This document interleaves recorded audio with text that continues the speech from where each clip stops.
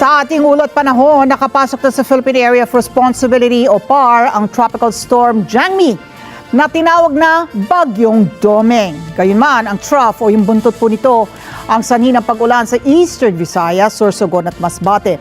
Huling namata ng bagyo sa laying 1,130 kilometers east ng Central Luzon at taglay po nito ang lakas ng hangin na 85 kilometers per hour at bugsong maabot sa 105 kph. Kumikilos ang bagyo pa Kanluran, Hilagang Kanluran sa bilis na 10 kph.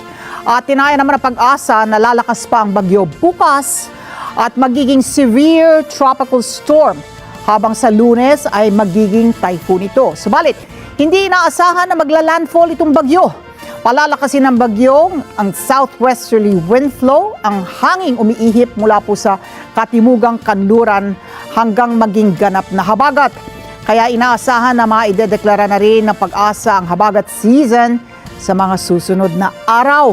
Samantalang southwesterly wind flow at hindi naman po ang bagyong sanhi ng pag-ulan sa Western Visayas, Negros Island Region, Zamboanga Peninsula, Sorsogon, Barm, Palawan, Occidental Mindoro at Lanao del Norte.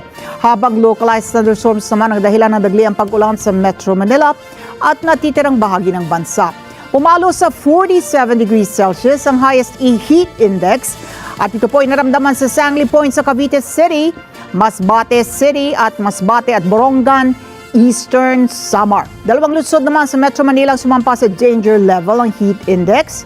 Una yan ay sa Naiya sa Pasay City na nasukat sa 45 degrees Celsius at dyan po sa Science Garden naman sa Quezon City na sumampa sa 43 degrees Celsius. Banayad hanggang katamtaman ng alon sa karagatan kaya't walang nakataas na gale warning. Lumubog ang araw alas 6:21 ng dapit hapon kanina at bukas sisikat ganap na alas 5:26 ng umaga.